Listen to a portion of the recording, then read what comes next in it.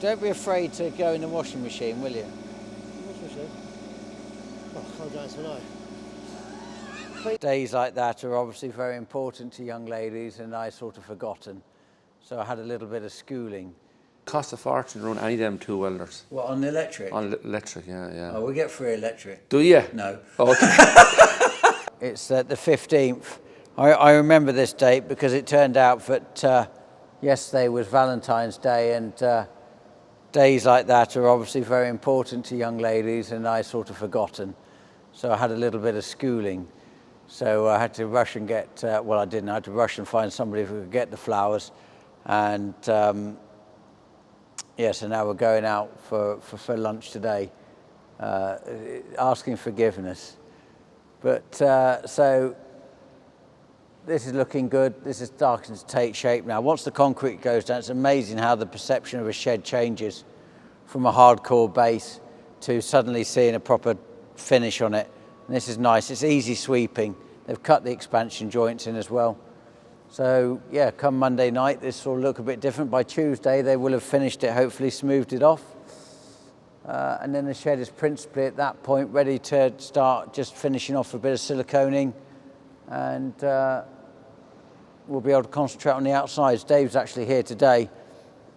He's outside doing the filling in behind the curbs, where the curbs have been set, and now they're starting to use the digger to break the bank down and start to get it, do a bit of landscaping, so then Pete and the gang can come round and start looking at grass seeding, so we actually get that looking smart, which will be nice, because it won't be long until the hedges actually start to come into bud. I've just seen the barley today started to go yellow, so that's desperate for fertiliser. So I think we're about there now to start this coming week. If it's going to be got a dry forecast of 10 days, so we'll start cracking on with fertilising. And Paul's already gone and got the tankers ready. So I think he's got two of the three tankers that we use. So we're finally starting to get in a position where spring's going to start. We're going to start getting the sprayers out there, start getting fertilising. Got some spray tickets to do. Cousin Michael's gone and produced. So yeah, so I think this will be about the last weekend before we get going again. And hopefully this next 10 days can make waves, and it won't be long until March when we start looking at spring drilling, start thinking about putting the mustard in if the sun comes out. It's quite cold still, but you definitely can feel that the conditions are changing. So Gordon's in, he's just currently loading up the lorries ready for the for going off. Some might be going tomorrow, but otherwise they'll be going off on Monday, so he's getting them loaded up with cleaned wheat. So that's our milling wheat, which is currently going out. God, it feels a lot brighter today. Things feel so much different when the things start to feel a bit sunnier. And every day now, all I'm thinking about is a nice hot holiday. It's in my mind. I sat down today and I said, I think I'm going to have to organise something to go off in early March. I see that if I go outside of half term or the holidays, it's about a quarter of the price, so that's inspired me. I've been going only in the half terms for a long time now, and I realise how much more money it costs. Hello, David. Somebody's hit the shed, David. What? I know. Who was that? That was me. Well, I think I need a funny 5 minutes. a funny 5 minutes. The roller, Yeah. not the operator. Well, that as well. No. Took out reverse and carried on going backwards. Really? Yeah. Till it. Oh, going to fours now. It's in forward. Don't be afraid to go in the washing machine, will you? Washing machine. Oh, I can't go until now. Clean code Monday. What we're doing here then? It's just grading it off, so because this drive was obviously higher than this drop curb, wasn't it? Okay. It was up here somewhere, wasn't it? Well, Yeah. You won't lose the road planings, will you? Well, I'll look at the road planners back over it, hopefully. Okay. This will come out. Yeah. So you're going to get this all finished here to the edge? Yeah. Get this all in, start tidying up, start reinstating it. We'll come round now. Right. We'll clear this rubbish up. That's ready for topsoil that side now. Yeah. Get rid of that pile of that rubbish. Right, so I need to probably plant that up with trees then, don't I, in that little This spin? bit in there. Yeah. Well, I don't know who's going to donate that to the caravan when you do. Do you know what I mean? But it's one of them ones, isn't it? Oh, I see what you mean. Bring the fence round. This. it's dead bit of ground there, and what Yeah, you yeah. can actually do with it. Yeah, good Got a point. picnic table on there, but who's going to, you might as well adopt that to that now, and if you ever put anything in there. Actually, that'd be much better, wouldn't it? It's got a bigger, Then I've got a bit of footprint. you've got a... Let's do that. Let's do that. You're right. We're going to have to take up all this concrete here. I only put it down in 2015, this stretch, and all this concrete on this, all this, like a length of it, all that's fine. That was 2012. This is 2015, and all this is broken up. I'm going to have to lift this all out. Even the wire is coming up in it. I'm going to have to redo this. It's a real pain, actually, considering that's, well, it's been like this for 2 years now, so I suppose it only lasted 7 years. Well, you mean the good bits? Do you mean you actually took them home with you? We did, yeah. What? Some haven't gone home to the mantelpiece. Is that right? They have, yeah. So yeah. I was just having to go in the bottom of the scrap bin and found the, yeah. Yeah. You didn't find it now. We started with yesterday now. Yeah, I know. You were having fun yesterday. Yeah. We So- got there though. So who was the worst welder? I can't tell you that now. Well, who was the I'll best? Tell you, Who was the I'll tell you best? quietly. In fairness, he's standing here. No, I don't believe it. He's standing I don't here. believe it. He's been not bribing you. No, Has he been hasn't. getting No, in you fairness. McDonald's or No. In fairness, he's the hidden gem in the crew. He is. Oh, really? Yeah. Oh. And So that's it. So 2 days. So you had the boys all together for 2 days. Yes. And you've been getting all the welders revved up. This one, hasn't been a welder since I can remember. Yeah. No, we've used everything here. Even this one. Yeah. That's actually what I used for charging the batteries. But do you realise how expensive that one is to run it? No. Costs a fortune to run any of them 2 welders. What, on the electric? On electric, yeah. Oh, we get free electric. Do you? No. Okay. Them things they stopped making them 15 years ago Oh yeah. because of the cost to run them. Yeah. And they're only AC power. But these are family heirlooms. I know that too. These are my grandfather's. Have you got some space in the house for them? Like? No, they're not. No, they're not that dear. Are they not? No. No, look, they're a great machine, but they have their day too because we can't run. We were trying to run low hydrogen rods, which we should be using for structural welding. Yeah. And they don't have the efficiency for it. It's very hard to use them. Yeah. Like, see that little machine over there? Yeah. That machine would do as much as either of them. Well, and you got that one working well. We didn't know. Oh, you didn't? Because it was used on the Jenny, and the Jenny can only fluctuate between sort of 5 and 10%, or not blows it.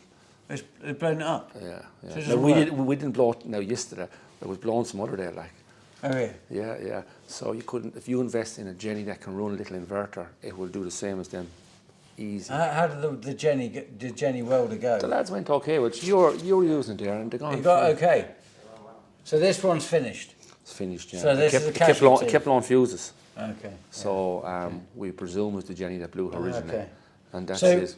So some of them actually hadn't done much welding at all, like Freddie, for example, but Raymond's done quite a bit. Yeah. And Glyn's a good welder, so Yeah. he's done quite a bit. Yeah. And then you had Simon as well, didn't you? Same as well. Yeah. Yeah. Okay. The big thing I suppose with most people is, and I would say to anyone, a lot of people are self-taught, Yeah. and the best thing they can do is get a bit of train, like go to a local school or Yeah, a training yeah. centre, because it's understanding how to set your machine, set up the joint properly, and the lads done a decent job here yesterday, but still the welders weren't near hot enough to burn in. It's all about structural strength. Yeah. Like when I'm working with machining manufacturers, it has to look good also. Yeah. With the lads, it has to be structurally sound. And what you were telling me was that in Germany, for example, they actually have to be certificated, don't they, to weld? And the machinery, for example, like the German machinery, Yeah. like we would have, like those welders have to be certificated. But here, that's not the case. Across Europe in general, there's no requirement for any standard on farm equipment. Okay. But German customers, I work with a lot of companies that are exporting to Germany, and they look for certification. But it's because of the country themselves have pushed the standards. So it's not a European Union thing? No, and that's what's frightening. And like I do some stuff with people, and you see people doing vertical down welding on chassis of trailer and stuff like that. It's just frightening, like. Yeah. And the lads see themselves from the train, like vertical down is. Yeah. terribly weak, like. So it's just understanding, but they're not breaking any laws or anything, but they don't understand how useless vertical down welding is. And it's just being able to, I suppose, and this is in general manufacturing. Yeah. Now, some companies are extremely good. Like I work with lots of companies like Liebers, them McHale, Baylor and crowds like that do extremely high quality work. Yeah. But they're doing it because they understand that if they don't do stuff right, they're getting it back again. Yeah, yeah.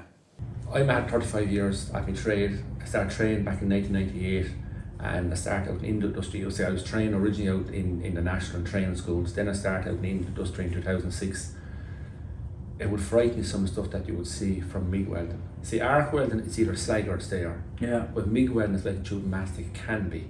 Yeah. It's just sitting there. Yeah. And it's trying to develop the person's eye to realise what it should look like, what it should sound like. Yeah. And now a lot of people say, people that's building your shed of dreams over there, they're working to a CE standard. Yeah. So they would have their welds, the welders will be all certified once a year and stuff like that. So there is a standard in place, like it's great, like. But it's hard to imagine farm equipment that's going down the road at whatever speed it's going at on the public roads, and there's no certification required for it, like. And in fairness, you're getting your lads trained here, is doing bits of repairs on it. But there's some of these people, they've never got any formal training, like, and that's what's frightening, like. And the MIG welder, and Sandy would see himself, like, it's all about the seconds, like. And it's developing the sound. Well, the machinery's getting bigger now. So it's getting heavier. Yeah. And it's getting wider. Yeah. And it's getting stronger. Yeah. So effectively, the weld, you could argue, has to be better now from perhaps it would have been when we're running smaller equipment, because, by default, we've got it on 600 horsepower tractors, not 100 anymore. Yeah.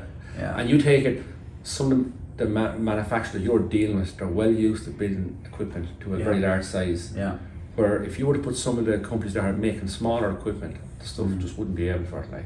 And unfortunately, it takes stuff to break before people start improving. Well, often the people who are the best welders are the ones who break the most equipment. Yeah. Well, I used to build stuff at home for my father, and my father would break anything. Yeah. And I reckon if I could build it strong enough for him, it would stick anything, like. Yeah. And that's it. But no, look, I think everyone is doing any welding, they should get trained. Like, I've done samples of welds in places, brought over to a vice, and broke with a vice grip.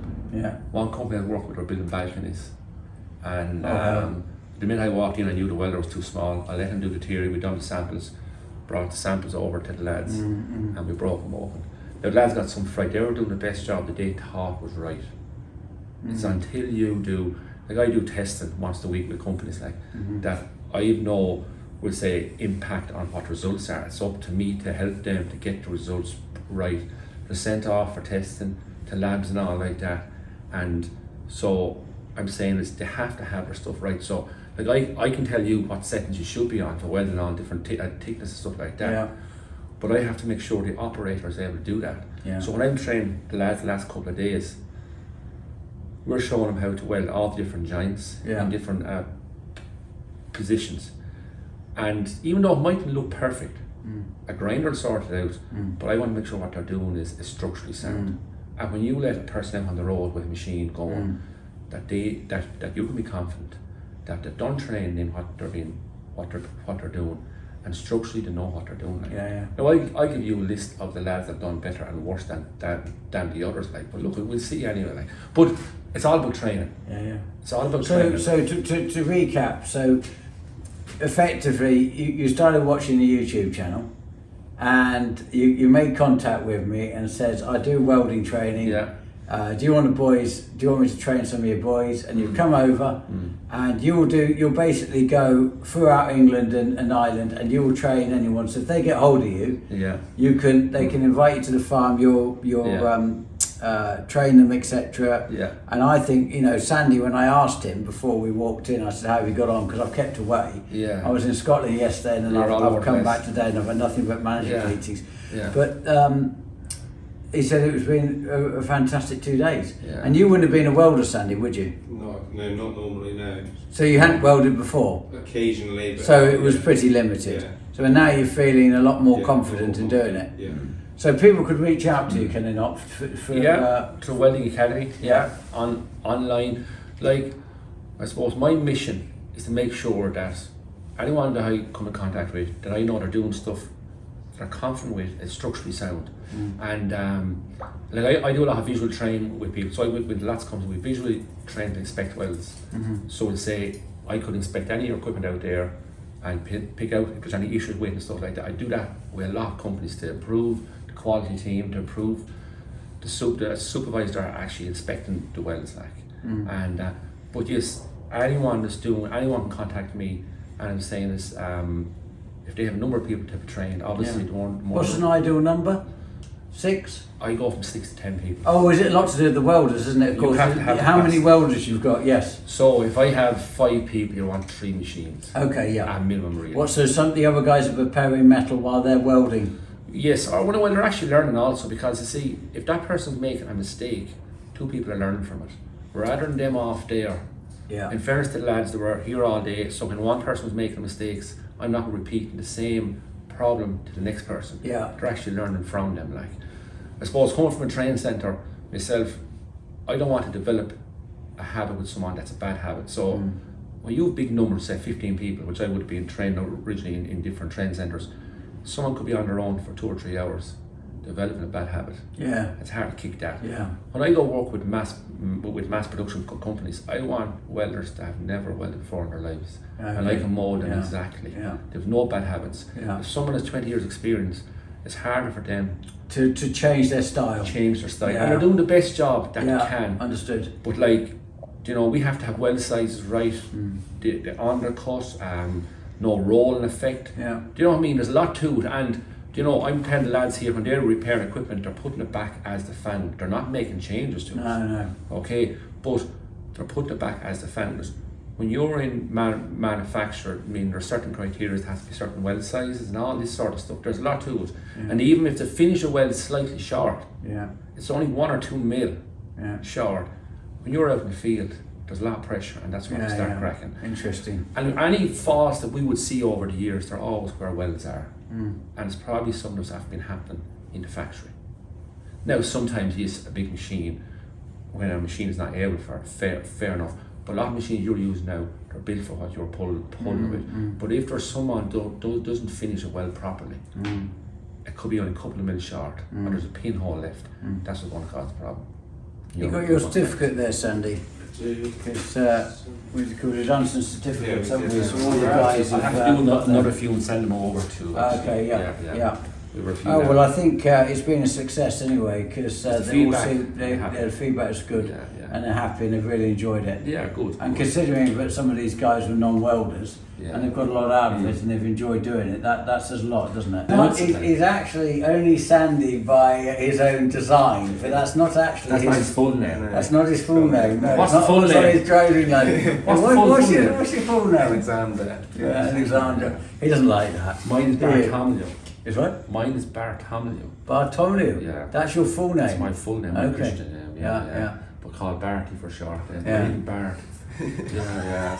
Whatever works, like, you know. I was surprised they didn't do Bar being Irish. Bar, yeah. But I just always say do Bar. Bar. I said Bart Simpson. You know Bart Simpson? It's the same. Just to remember the name. Yeah. Some people call me Mark. I said it's not Mark. Think of Bart Simpson. Yeah. Where did Martin come from? Where did people get Because see, Martin? they say Barty in sometime quick, like they say, is it Bart or Martin? You say. Okay, yeah. You're nice. No, we're good with accents here, Are you? aren't we? Yeah, we are. Do you speak Lithuanian now? I don't. Are you I fluent? Google Translate. Oh, okay. Well, Raymond thinks the quickest thing for us to be able to communicate is I learn Lithuanian.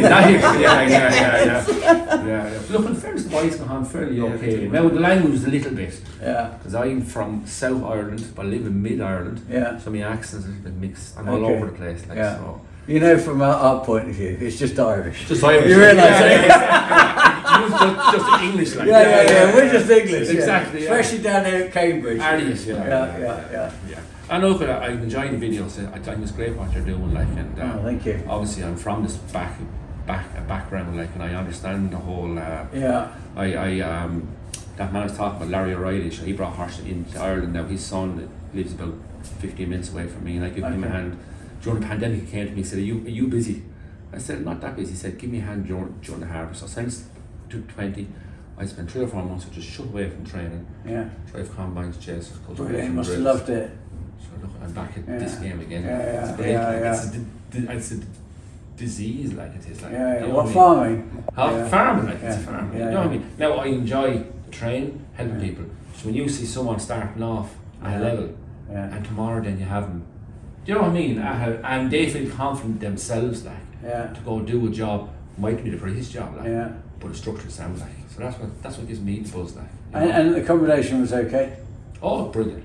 Yeah. Brilliant job. Yeah, I like being in the middle of the whole. Did you bring your wife?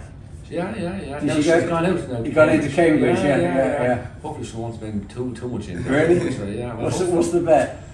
Oh, you know it's Valentine's Day, don't you? Yeah. I've had a telling off this morning. Have you? I have had a telling off. So I'm in the bath last night, got back from Scotland, thought I'd have a bath. She comes to me. Yeah. She says, you know it's Valentine's tomorrow, don't you? I said, yeah, right. She said, what have you got for me? I said, right. And anyway, I thought this is not going well. I'm pinned in now. I can't escape. Yeah. Anyway, so she said, well, don't worry. I've been on Vinted, which is like a second-hand. Yeah. So anyway, I found a Chanel handbag. I'm thinking, it doesn't matter if it's on Vinted.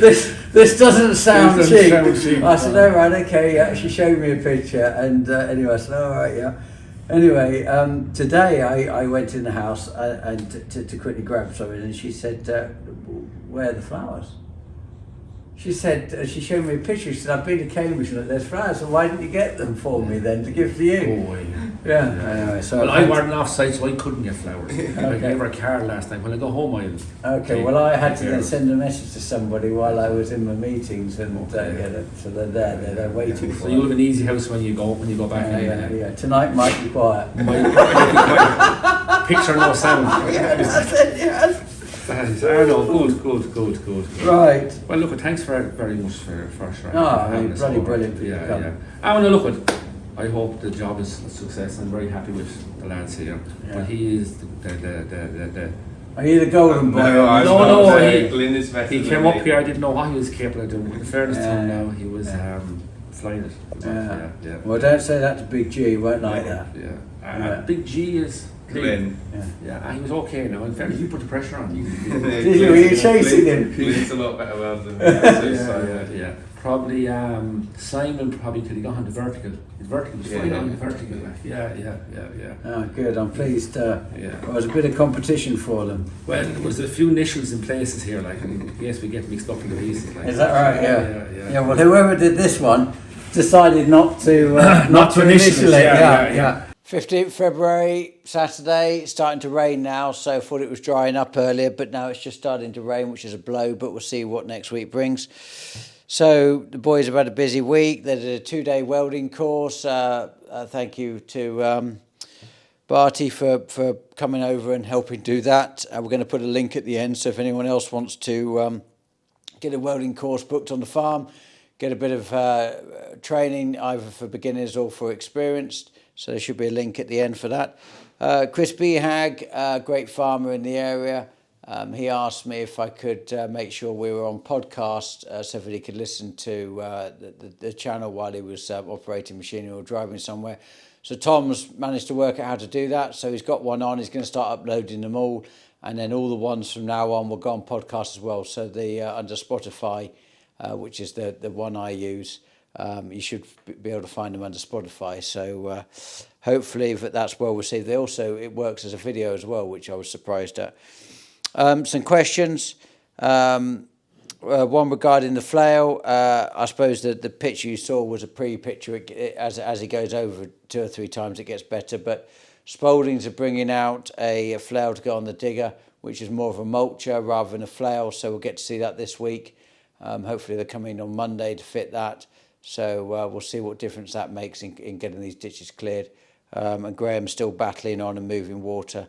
He's having to do quite a lot of work where the IDB have in that area failed to do it, which is costly to us only because we give them the money as well. So if we didn't give them the money, it wouldn't be such an issue. Because when the drill's in a bit deeper, the beads, it doesn't quite follow the line the same as it does when it's a wheat at 1.5 inches. Anyway, I caught this telegraph on, I gave it such an almighty clatter, but it hit all the wires together and it blew the transformer. And you saw this thing go up, and 8 villagers went off before the And the farmer I was doing the work for, he was watching the Grand National, waiting for it to start. Have you hit that, Paul? Oh, I might have given it a tickle. It was like this. So the tour in Scotland, so that was good fun.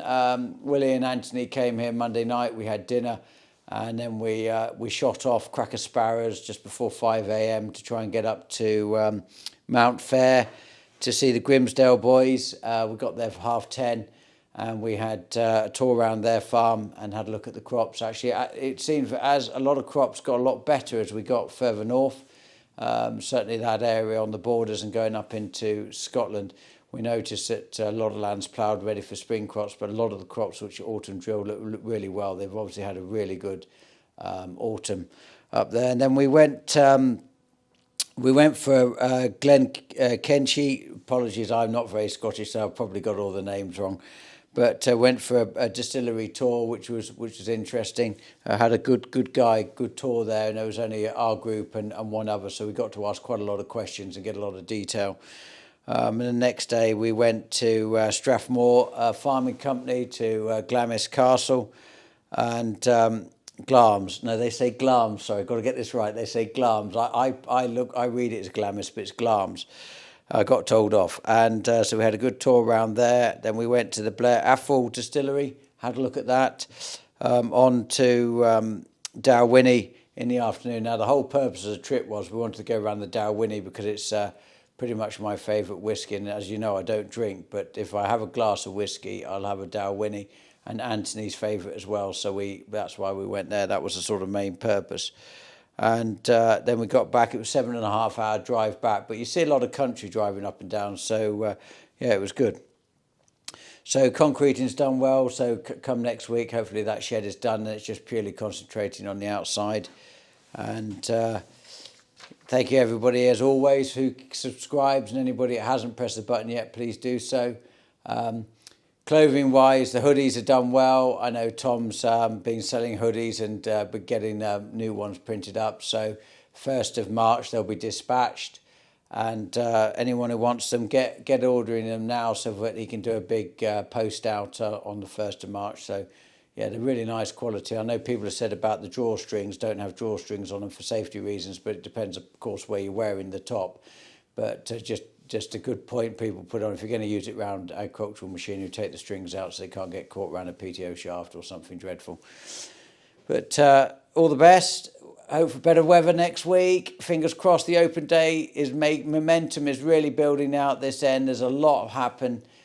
Just the basics are being sorted out at the moment, like the first aid, the notifying the police, that sort of thing, getting all the basics done. So Tom's now trying to work out to get the sound right for the conference part in the barn. That's technically a big echo chamber, so he's got to sort that out. But yeah, great momentum this end, and fingers crossed we'll have good weather on the 25th. Everybody keep their fingers crossed. It is not one of those rainy days, but we'll see you next week.